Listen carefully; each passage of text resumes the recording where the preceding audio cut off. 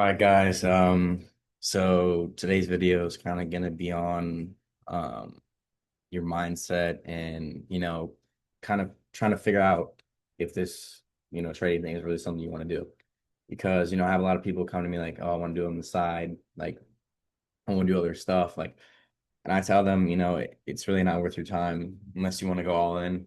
You got to make sacrifices. People say it's the hardest easy money that you're ever gonna make. Because once you make it, you still got to show up every day, but it just the light bulbs just click. But getting to that point is where 99% of people they fail. You see that stupid meme on the internet. You got the dude like digging for the diamonds, right? He's just about there, but he turns around, but the diamonds are literally like three more fucking hits away. And that's kind of how it is with trading. But I'm gonna show you guys little something here that it's very interesting. So can I see myself in this fucking thing? All right, there we go. Um, so here we have Top Step, right? And what do you see down here? 17 pages. Okay. These are all 50K accounts. Some of them are just, evals, some of them are buying the whatever XFA, right? 50 fucking pages, bro. And I got my first payout from Top Step in July, right? So first account I bought from Top Step was in May. Didn't get a payout until fucking July. And as I explained in my last video, I was in Italy, was very complicated, destroyed my fucking mental. But shit happens, bro. You know what I'm saying? So 70 pages, evals, resets, fucking you name it, bro. Just like whatever. Okay. So I kind of just want to share that with you guys before I get into the video, just to show you that this shit's not sweet at the end of the day, right? And I'm gonna go get my journal real quick.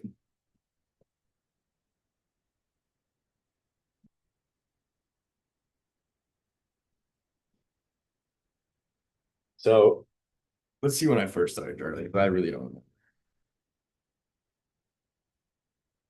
August 27th. Here, if you guys can see that. Says NQ, first trade stopped out, long at 9:48 a.m. Second trade, inverse gap. Buy side taken, bang. Says 1,200 bucks. Boom, next day. August 28th, said short bias, London manipulation reverse. First trade 410.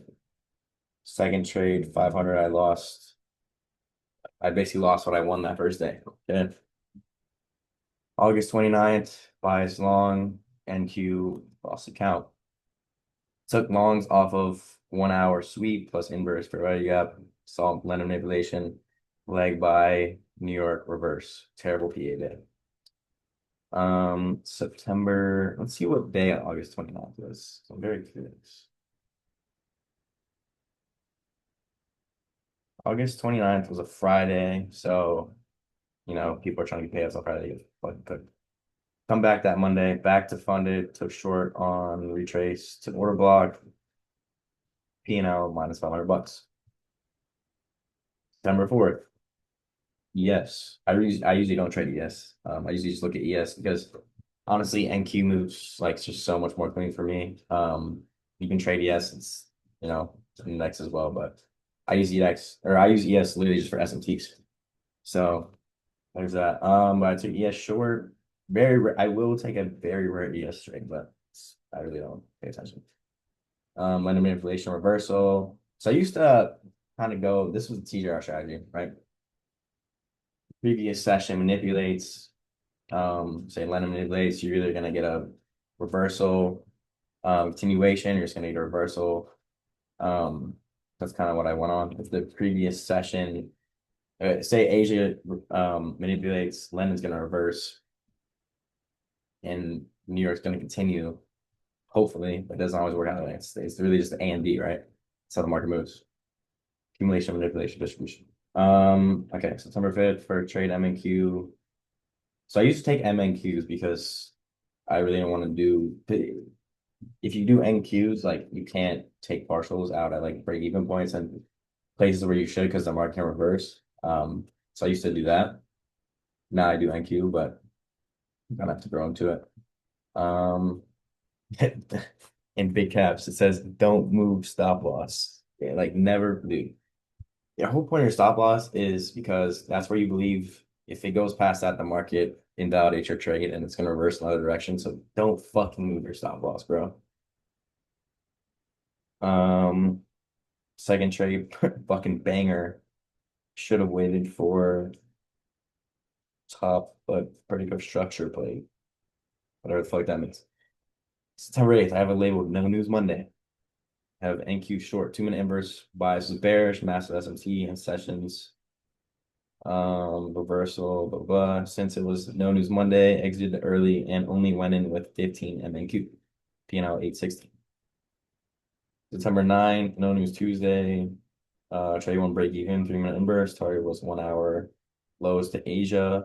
Trade two NQ short, 2 minute inverse plus order block. 1300.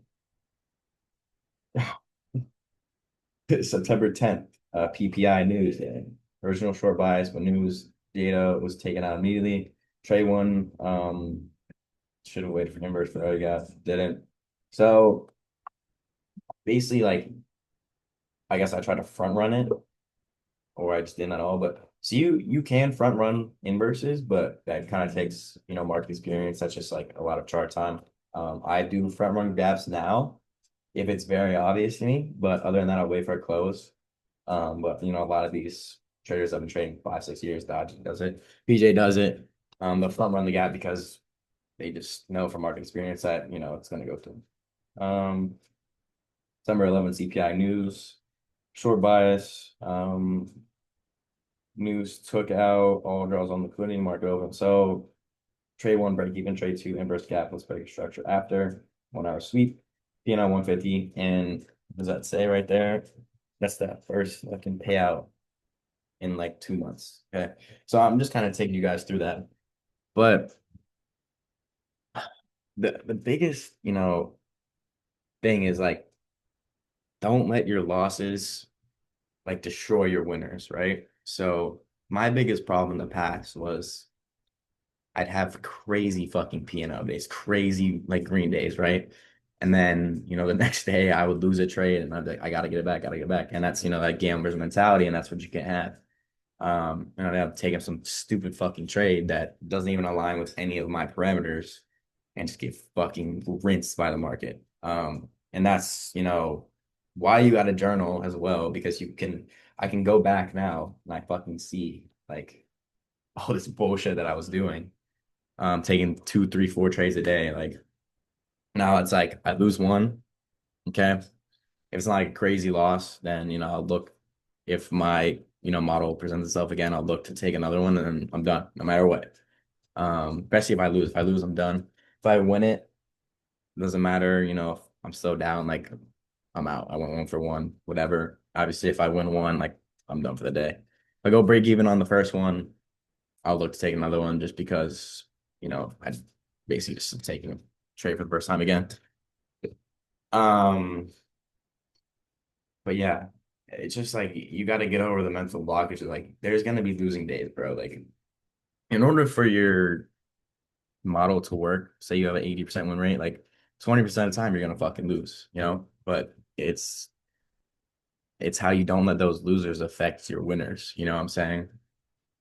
Um, but yeah, so basically the last part of this video is why I'm calling, I'm the Joker, you know what I'm saying? And I wrote this quote down. It says, "The Joker is part of the deck, yet belongs to no suit. It doesn't fit the system, but carries an unknown value, able to become anything or nothing. Its power lies in its potential, not its definition." And that kind of fucking like that hit me, you know what I'm saying? Because my whole life I've kind of done things different. Like, for example, when I play ping pong, like I don't like hold the paddle normally. Um, like when I played soccer, I always did things differently. I've just never really like kind of followed the traditional path, right? So when I was, kind of not knowing what the hell I was gonna do after I graduate, um, thank God I found this because I was in life insurance for a little bit, and a few of my friends are in it, and it's just like it's not, for me because I needed something where I basically myself determine if I take home money or not, right? And obviously, yes, the market is a factor, but I'm saying like life insurance, like you're cold calling, like people are saying like telling you to go fuck yourself, and it's just like that takes a certain person, and I was not dealing with that shit, like dead ass. Um, but what I tell people all the time is like traders, it's very like mentally deteriorating because I can show up for work and lose money, right? But you can show up for work no matter what. Like if you're in life insurance, like you can either make no money or you can make money. If you're in a 9 to 5, you're never losing. You're always making money, but you're living paycheck to paycheck, and that's just not something I want to do. Like my potential is uncapped. Um, and it's for me, it's more of like a freedom thing, right? Like I don't have to wake up at whatever 6:30 and hate myself all day, go sit at a fucking desk and crunch numbers. You know what I'm saying? Like I still wake up. I wake up at 7:30. I go work out, and then I'm on the charts. And then the rest of the day, I can do whatever the fuck I want. Like I can play golf, pickleball, go to the pool. You know, literally whatever I want to do with my life. And that was like the biggest thing for me is like I don't want to be trapped in the fucking rat race. It's pretty simple. Andrew Tate would call it the Matrix. And yeah, bro, escape the matrix. Like realistically, college, want to be a doctor, you want to be a lawyer, like go to fucking college. You got to get your certifications, but if you want to be an entrepreneur, if you want to own your own business, like there's no reason for you to be in college. And I kind of realized that, you know, as I've been here. And I'm kind of going on a rant now, but we'll stay along with it. But basically, another big factor is like your parents, if your parents don't support you, it makes it 100 times fucking harder. And thank God, my parents they're always there for me. Like I can go home, have a bed, you know what I'm saying? Um, because they know what kind of person I am and they've seen me, pursue my dreams basically. Um, and so they really like they support me 100%. But a lot of these traders in the space, like TJR, for example, like bro was in so much debt and parents like didn't help him out and like weren't gonna support him. And that lights a fucking fire under your ass. Like there's been times I have no fucking money, and I have to figure it out. Like they're not gonna come save me, right? But if I need, a place to sleep, food to eat, they're there. But some people don't have that, um, that thing in their life, and it just makes it so much harder. But it also like motivates you like 20 times more. So for me, it's just finding motivation every day, get 1% better, stick to my rules, and just like, live out the dream life that, I kind of envision in my head.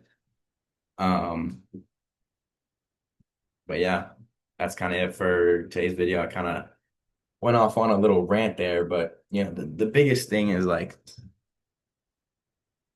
if you're not gonna go on, if you're not gonna spend days, hours, weeks, just like replaying shit, looking at paper trading, whatever, watching people on YouTube, learning new things, learning new confluence, whatever. This shit's really, it's not for you, bro.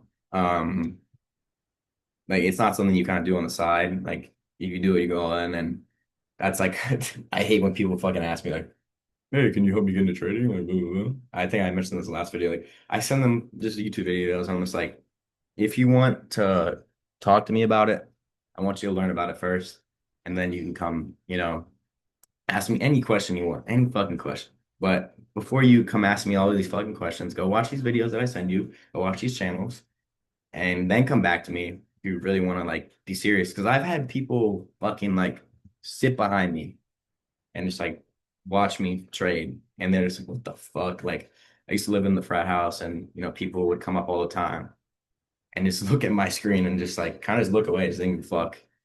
And I just kind of motivated me even more. It's just like people, these kids have no idea like what's going on. I walk out at whatever at 10:30. I already made my money for the day, and these kids are like not even up yet. Um, but Had a great time. Shout out Pike. Shout out Antonio Biscardi. Used to trade with me. He graduated. He's going to the big leagues now. He's got a big boy job, but he's still trading. Still talk every day. So that's one of my boys.